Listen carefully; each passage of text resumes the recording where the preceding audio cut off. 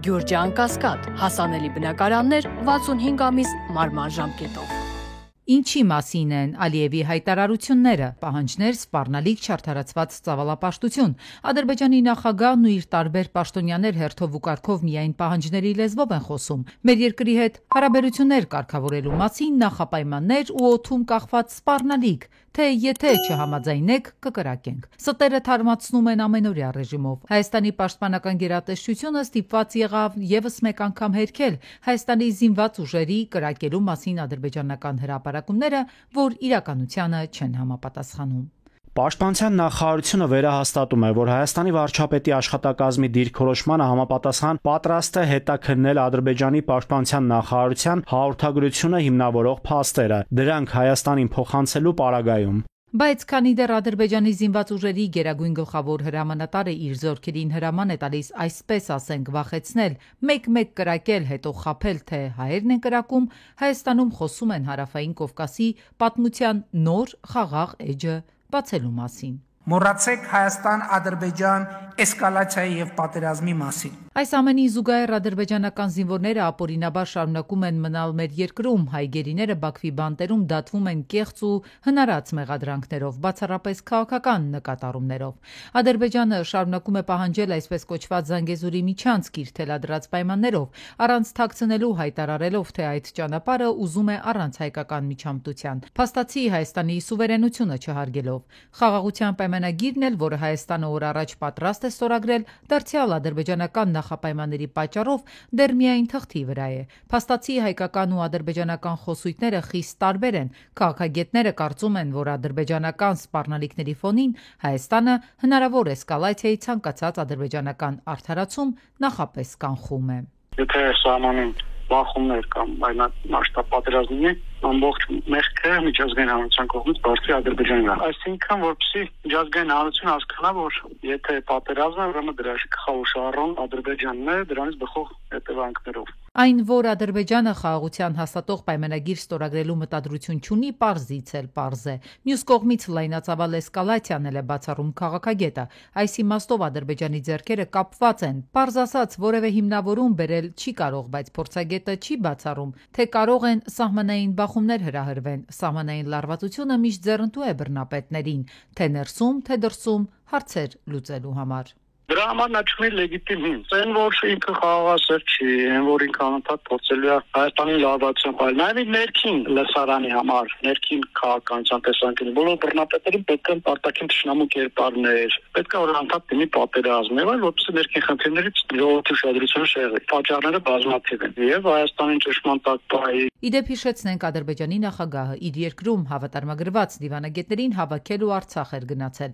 հպարտանալով հաջողություններով ու հաղթանակներով։ Էթնիկ զտումներն ու ադրբեջանական բարբարոսությունները իհարկե լուսանցքից դուրս են մնացել։ Ալիևը մոռացել է նաև զինվորական դատարանի դռները բացել այն մարդկանց դիվանագետների ու անկախ դիտորդների առաջ, որոնք ցանկություն են հայտնել պարզապես հետևել հայերի դատերին։ Հայոց ցեղասպանությունը ոչ ոք կասկածի տակ առնել չի կարող, դա պատմական իրողություն է։ 20-րդ դարի մեծ ոճրագործություն, որ այսօր կարծես խանգարում է հայ-թուրքական հարաբերություններին։ Արդյոք դիվանագիտական ամուր կապեր հնարավոր են պատմական ստի հիմքով։ Փորձագետները բացառում են պատմության ողբերգական անցքերը, հայոց ցեղասպանությունն ուսումնասիրելը կամ դա թիվ 1 առաջնահերթություն դարձնելն անշուշտ արտգործնախարարության օրակարգը չէ։ Մեր երկրի արտգործնախարարն այս ձևակերպումն արեց դեռ նախորդ տարի։ Այս նույն ընթացքում նաև որ բարեկարգել ենք մարգարայի կամուրջը ու սպասում ենք Թուրքիայի արձագանքին, այն գործարկելու համար, Անկարայի հետ լավ հարաբերություններ ունենալու համար, պաշտոնական Երևանը, այսպես ասենք, երկրորդ պլան է բերում հայոց ցեղասպանության ճանաչման պահանջը, դրա տրամաբանական հետևանքներով։ Եթե անգամ այդպես է, ապա պտուղները դառն ու վտանգավոր են։ Թուրքագետը նկատում է, այսպիսով բաց ենք թողնում արդարության վերականգնման հնարավորությունը եւ ոչ միայն։ Ցեղասպանությունները ժամանակակից պատմության մեր օրերի ամենադաժան իրողություններից մեկն են եւ պայքարել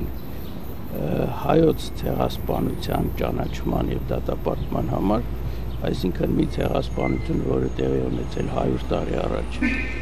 դա նշանակում է նաեւ պայքարել, որ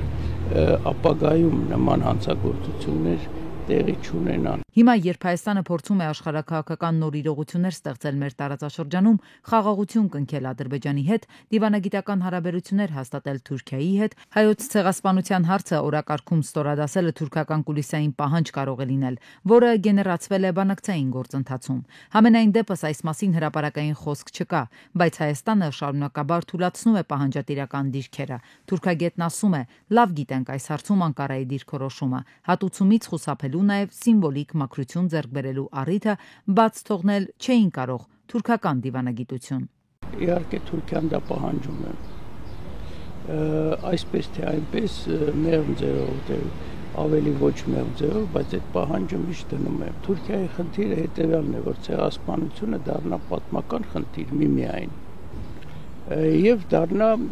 այսպես վիճարկելի խնդիր։ Ժխտել են նախկինում, հետո որդեգրել կատարվածը քննարկելու քաղաքականությունը, հիմա դարձյալ ըստ թուրքագետի ժխտողական տրամադրություններ են Թուրքիայում։ Ամեն դեպքում բացված բոլոր պատուհանները Թուրքիան օգտագործել է պատմական իրադարձությունը խմբագրելու համար։ Անկախ նրանից Չիկագոյի համալսարանի պրոֆեսորը պնդում է, արձանագրումը կա պատմական փաստի, պետք է գործել։ Թուրքիայի կառավարության շատ պաշտոնյաների անհեթեթ ժխտողական դիրքորոշումները այլևս որևէ դեր չեն խաղում։ Բոլոր նրանք, ովքեր մանրակրկիտ ուսումնասիրել են այդ իրադարձությունները, հասկանում են, որ տեղի ունեցած սարսափելի ողբերգությունը անկասկած համապատասխանում է ցեղասպանություն սահմանմանը։ Հիմա հարցերի հարցն այն է, թե ինչպես ենք հասկանում տեղի ունեցածը եւ ինչպես կարելի է այն կանխել ապագայում։ Բայց կրավորական դիրք է վերցրել Հայաստանը, թեև պաշտոնական Երևանը անընդհատ պարզաբանում է պատմական իրողությունը, ոչ ոք կասկածի տակ չի դնում, միայն թե հարցը օրակարգային չէ։ Փորձագետները պնդում են,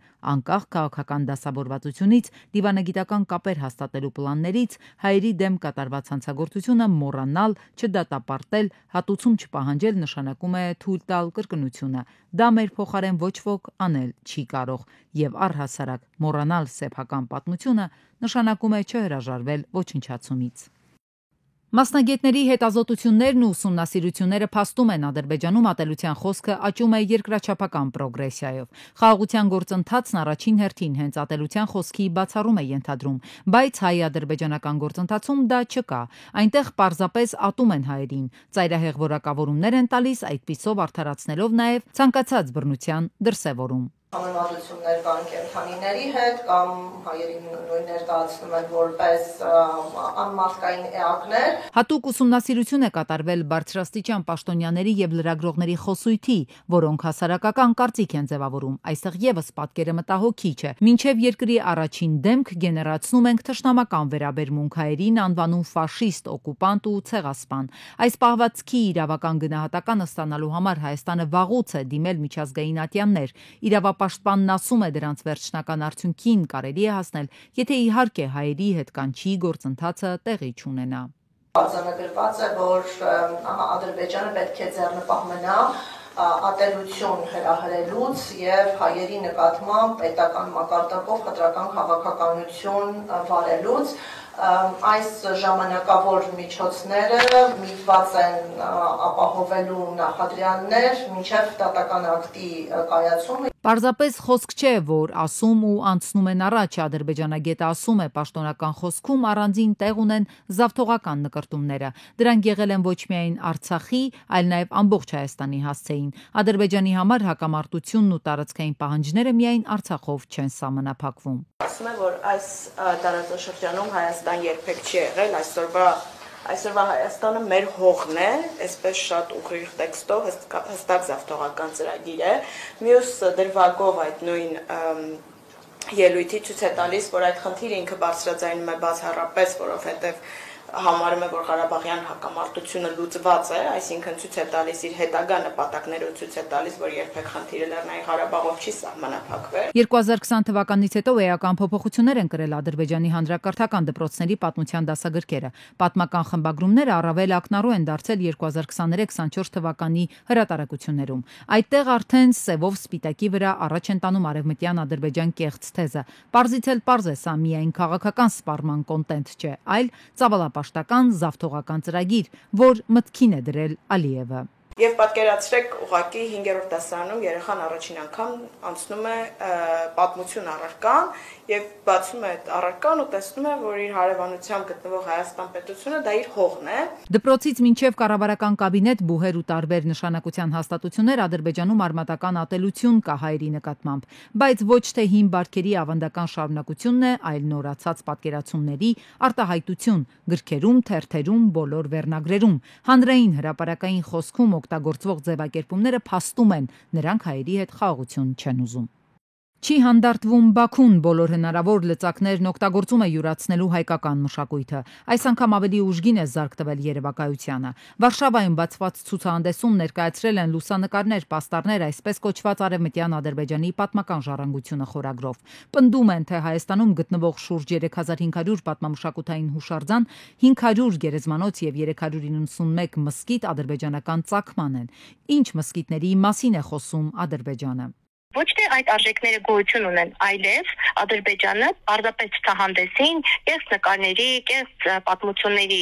տակ փորձում է ներկայացնել, որ իբրև թե Հայաստանում կան այդ արժեքները եւ դրանք իբրև թե պատկանում են Ադրբեջանին։ Պատմական գրավոր աղբյուրները, քարտեզները վկայում են, որ Արաքս գետի հյուսիսում եւ Կովկասյան լեռնաշղթայի հարավում մինչև 1918 թվականը Ադրբեջան անվանմամբ որևէ պետություն գոյություն չի ունեցել։ Ցուցահանդեսում նաև Երևանը հիշատակվում է որպես Ռավան, Իրավան, Իրիվան, ներկայացվում են Երևանի Պարսից խաների պալատից, Երևանի Բերդից ու մի շարք պատմական հուշարձաններից լուսանկարներ, կասկածի տակ դնելով պատմական փաստերը։ Ըստ մշակութային ժառանգության փորձագետի, Արևմտյան Ադրբեջան արեստացին եզրույթով թշնամին նոր ինքնություն է կերտում։ Եթե 20-րդ դարի ադրբեջանական պատմագրության որոշ ակադեմիական գրականություններում այս տերմինը օգտագործվում էր, բայց չկային հստակ սահմաններ, թե ինչ իրենք նկատի ունեն արևմտյան Ադրբեջանի տակ, ապա 2007 թվականից սկսած այդ սահմանները պարզես թե արդեն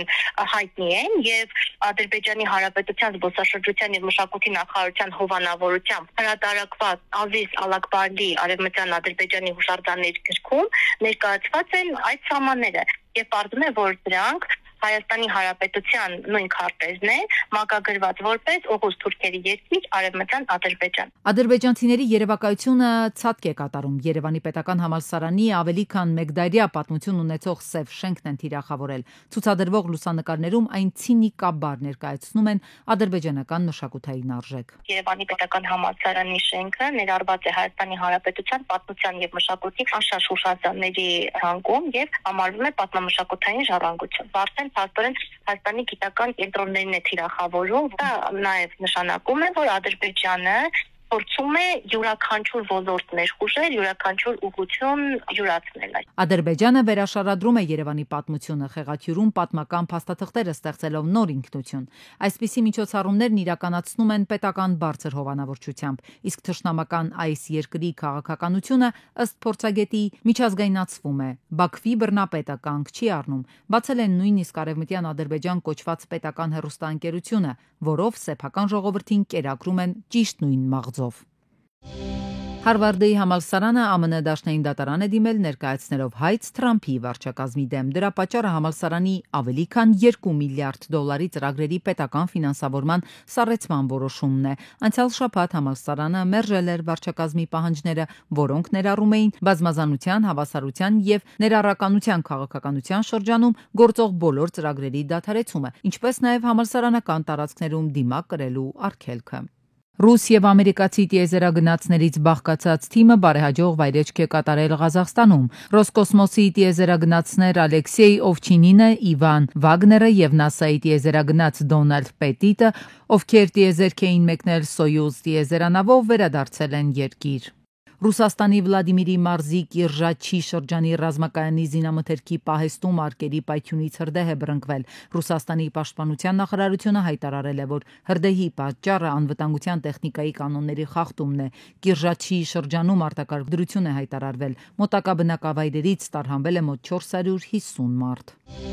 Ազգային անվտանգության ծառայության գործընկերներից ստացած օպերատիվ տվյալները քրեական ոստիկանության Երևան քաղաքի վարչության ծառայողներն իրացրել են ապրիլի 15-ին, ժամը 18:45-ին Մայրաքաղաքի Փիրումյանների փողոցում ձերբակալվել եւ Toyota Magnishի ավտոմեքենայով վարչություն է տեղափոխվել Արմավիրի մարզի 2 եւ Գորիս քաղաքի 1 բնակիչ։ Խոզարկությամբ հայտնաբերվել է 2 փաթեթ, որոնցից մեկում մարիխուանայի նմանվող մոտ 13 գրամ զանգված, մյուսում կպչուն ժապավենով 66 փաթեթ, լցված ընդհանուր առմամբ 135 գրամ նույն դեղնականաչավուն զանգվածով։ Ձերբակալվածներն ու կազմված փաստաթղթերը ներկայացվել են տարածքային քննչական բաժին։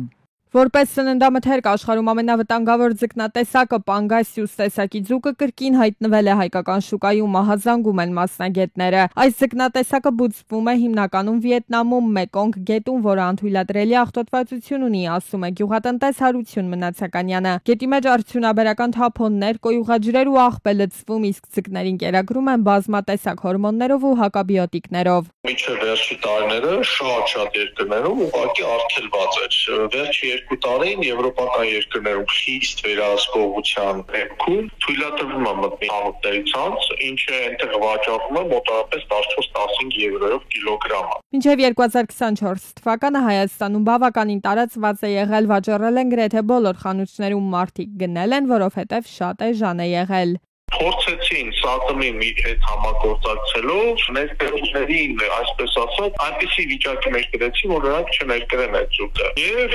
հայկական շուկայից կարելի ասել, այս մոտ 10 տարի կտրվել է, չկար Պանգասիուս տեսակի ձուկը, հիմա նորից հայտնվել է շուկայում։ Այսօր Պանգասիուսը կրկին հայկական շուկայում է, վաճառվում է կիլոգրամը մոտ 1700 դրամով, հետևաբար այն ըստ մասնագետի չի կարող որակյալ համարվել։ Հայաստանում մենք չունենք համապատասխան լաբորատորիաներ, որ մանրակրկիտ փորձաքննության ենթարկենք, ինչպես արվում է Եվրոպայում, ուստի պետք է կանխարգելել ներկրումը։ Սննդի անվտանգության տեսչական մարմնից էլ պարզաբանում են, որ ահազանգը ընդունել եւ ընթացք են տվել։ Այն կգնա մասնագիտական ստորաբաժանումներ, որոշում կկայացվի եւ ամենայն հավանականությամբ վերահսկողություն կսկսվի նախ իրացման ցանցում եւ եթե խնդիրներ հայտնաբերվեն, բնականաբար հետագծելիությամբ նաեւ ներմուծողի մոտ։ Եվ սննդի անվտանգության պատասխանատուները եւ փորձագետները հորդորում են առայժմ չգնել այս ձկնատեսակը, վտանգավոր է։ Եթե դատարանի որոշմամբ աշխատողի հանրային ծառայողի նկատմամբ տնային կալանք է կիրառվում եւ կալանքի կիրառման մասին որոշմամբ չեն սահմանվում այնպիսի սահմանափակումներ, որոնք անհամատեղելի են աշխատանքի կատարման հետ, ապա տվյալ անձը կարող է բնակության տարածքից հեռավար եղանակով կատարել իր աշխատանքային պարտականությունները, եթե գործատուի հետ նման համաձայնություն է ձեռք բերել եւ եթե աշխատանքի բնույթը թույլ է տալիս։ Մյուս բոլոր դեպքերում, երբ դատարանի որոշմամբ կիրառված սահմանափակումները անհամատեղելի կլինեն աշխատելու հետ, ապա տնային կալանք կիրառելու պահից մինչև այն փոփոխելը աշխատողի լիազորությունները կհամարվեն կասեցված։ Կառավարությունն է այս օրինագիծը խորհրդարան բերել։ Համանման կարգավորումներ նախատեսվել էին կալանքի դեպքում, բայց քանի որ քրեական դատավարության նոր օրենսգրքով սահմանվեց տնային կալանքը որպես այլընտրանքային խափման միջոց, այս դեպքում արդեն օրենսդրական բաց ունեինք եւ սրանով հարցը կարողանանք լուծել։ Այսպիսով, ըստ փոխնախարարի հստակեցնում են օրենսդրությունը։ Առաջին ընթերցումից հետո կառավարությունը հանդես է եկել մի քանի առաջարկներով։ Ըստ այդմ գործատուն հիմք է ընդունում տնային կալանքը որպես խափանման միջոց կիրառելու մասին դատարանի որոշման վերաբերյալ քննիչի տրամադրած գրավոր տեղեկացումը։ Նախագծում ունեինք մի կարգավորում,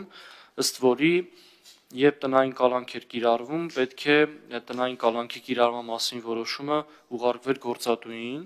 բայց այս հարցը քննարկել ենք դատավորների բարձրագույն դատական խորհրդի հետ եւ մտահոգություններ կային առայն, որ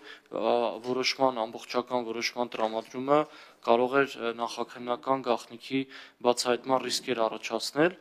Այդ իսկ պատճառով մենք հիմա առաջարկում ենք այնպիսի խմբագրություն, որ ոչ թե ամբողջ որոշումը տեղեկացվի ուղարկվի գործատուին, այլ քննիչը որոշումը ստանալուց հետո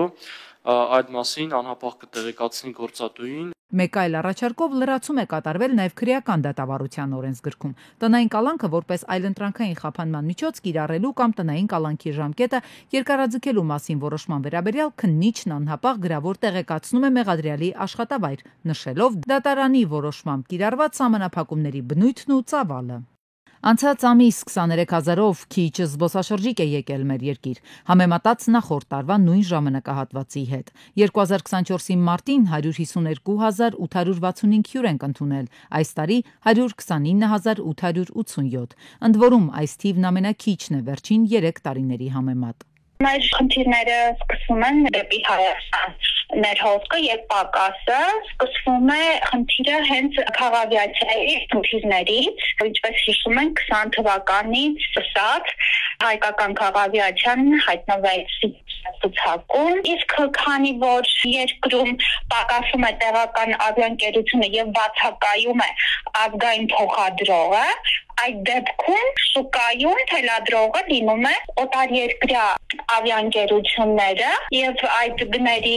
բարձր լինելու պատճառով դադարում են զբոսաշրջիկների հովքերը։ Մեր փաթեթը ստատիստիկայի համարվում է ամենաթանկը, նույնիսկ Ճապոնիայի փաթեթից է թանկ եւ տարածաշրջանում թանկ է։ Մեր հյուրանոցների գները համեմատած ավելի թանկ են ավիատոմսերի գները։ Սեպտեմբերից հիշենք ուժի մեջ է մտել զբոսաշրջության մասին նոր օրենքը։ Առանցքային փոփոխություններից է օրինակ այն, որ զբոսաշրջային սուբյեկտները, հյուրանոցները, ավտոծառայությունը, մատուցողները եւ բոլոր մյուսները պետք է պետությանը ծանուցեն իրենց գործունեության մասին։ Խիստ կարեւորության էին օրենսդրական փոփոխություններին տալիս պատասխանատուները, թեպետ փորձագետները հիմա նկատում են 7 ամիս անց էական արդյունքներ չունենք, առաջնահերթություններն ենք սխալ դասակարգում։ Եթե գնային մենք ի վերջո էժան չենք, այսինքն այդքան մատչելի չենք, ապա ուրեմն պետք է ունենաս այն պրեստիժը, այն անունը, այն հեղինակությունը, որպեսզի այնքան մեծ ցանկություն լինի գալու, որ ինչ-որ միտեղ կոմպենսացի գնի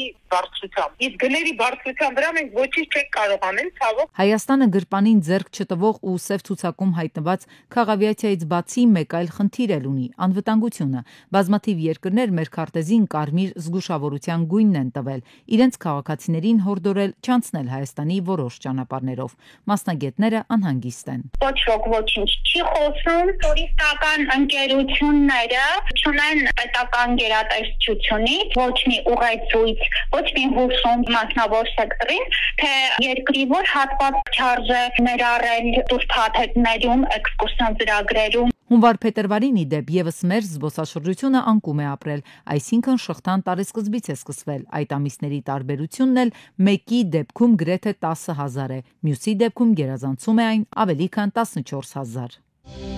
Տեսախցիկներն են ֆիքսել, թե ինչպես են քաղաքացիները Միքայելյան վիրաբուժության կենտրոն տեղափոխում մահացած 16-ամյա Բենավ Դավթյանին։ Հետո արդեն պարզվել է, որ ապրիլի 19-ին մայրաքաղաքում սպանություն է տեղի ունեցել։ Նա գտնվելիս է եղել ծայրահեղ ծանր վիճակում, բժիշկները ցավոք չկարողացան փրկել 16-ամյա պատանու կյանքը, ով գիտակցության չգալով մահացել է։ Քրեական ու համայնքային ոստիկանները, նաև պարեկները մոտ 2 ժամ են որոնողական աշխատանքներ իրականացրել։ Պարզել են, որ ենթադրյալ սպանությունը Խաչատուր Աբովյանի անվան տուն-թանգարանի հարևանությամբ է եղել։ Այդ հատվածում, ինչպես նաև 5-րդ փողոցի որոշ տների մոտ հայտնաբերվել են առնանման հետքեր։ Ավելի ուշ Վիգմոր բժշկական կենտրոնից է ոստիկանության Քանաքեր Զեյթունի բաժինը հասանք ստացվել, որ վիրավոր 2 քաղաքացի է իրենց մոտ տեղափոխվել՝ 16-ամյա Տիգրան ու 19-ամյա Սողոմոնը, նրանք եղբայրներ են։ Ոստիկանությունն ու քննչական բաժինը հայտնաբերել է ենթադրյալ կասկածյալներին, ովքեր տեղափոխվել են քրեական ոստիկանություն, այնտեղից էլ ներկայացվել Քանաքեր Զեյթունի վարչական շրջանների քննչական բաժին։ Նախաձեռնվել է քրեական բարույթ, դեպքի հանգամանքները բարձվում են։ Մայրաքաղաքում ապրիլի 21-ին դանակահարությունն ավարտվել է գրակոծներով։ Դեպքը B2 թաղամասի Իսակովի 85 շենքի բակում է եղել։ Դեպքի վայր են ժամանել քրեական ոստիկանության գլխավոր վարչության, Երևանի քրեական վարչության եւ Մալացիայի համայնքային ոստիկանության բաժնի մեծ թվով ծառայողներ, ինչպես նաեւ ներքին գործերի նախարարության ոստիկանության բարեկային ծառայության Երևան քաղաքի գնդի պարեկները։ Շենքի երկրորդ մուտքի առաջին հարկի վերելակի մոտ ոստիկանները հայտնաբերել են 1 կրակված պարկուճ։ Հայտնաբերված եւս 2 պարկուճ եղել են չկրակված։ Մուտքի աստիճանների ճաղավանդակի վրա էլ հայտնաբերվել են առնանման հետքեր։ 1 հոգի տեղափոխվել է Աստղիկ բժշկական կենտրոն։ Դեպքի վայրում հավաքված մի քանի քաղաքացիներ, ովքեր նշված թաղամասում են ապրում, ովքեր հրաժարվեցին տեսախցիկի առաջ խոսել, ասում էին, որ տեղի ունեցել դանակահարություն, որից հետո վիրավորի հարազատը մի մաս ասում էր եղբայրը, մի մաս ասում էին հարազատը, որսորդական հրացանով կրակոցներ է արձակել ենթադրյալ դանակահարություն կատարող կասկածյալի ուղղությամբ։ Սա նախնական տեղեկություններ է, որը պարզվում է։ Տեղում էին ոստիկանության բարեկային ծառայության Երևան քաղաքի գնդի 4-րդ գումարտակի պարեկները։ Դեպքի հանգամանքները պարզվում են, նախաձեռնվել է քրեական բարույթ։